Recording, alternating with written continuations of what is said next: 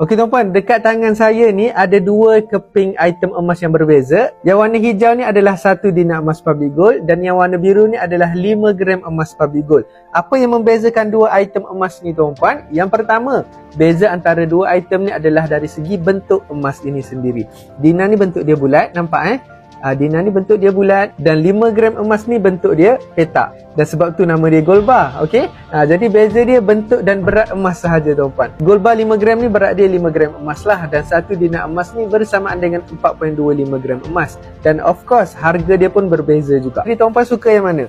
Suka 1 dinar ke suka 5 gram emas? Kalau tuan-puan ada bajet sebanyak yang tersebut macam saya sebutkan tadi, tuan-puan nak dapatkan 1 dinar ke 5 gram ke, terpulang kepada tuan-puan, saya boleh bantu insya-Allah. Dan untuk tuan-puan yang tak mampu, tak ada masalah sebab kita boleh menabung secara sikit demi sedikit melalui akaun emas Gap. Cukup sahaja berat emas seperti dua item ni, tuan-puan terus boleh keluarkan secara fizikal dua item emas macam ni. Boleh, tak ada masalah. Simpan dulu secara sikit demi sedikit dalam akaun emas Gap Public Gold. Jadi tahniah untuk tuan-puan yang dah mula menabung dalam bentuk emas. Kalau tuan-puan belum ada dua item ni, lepas ni terus boleh fizikalkan daripada akaun emas Gap tuan-puan.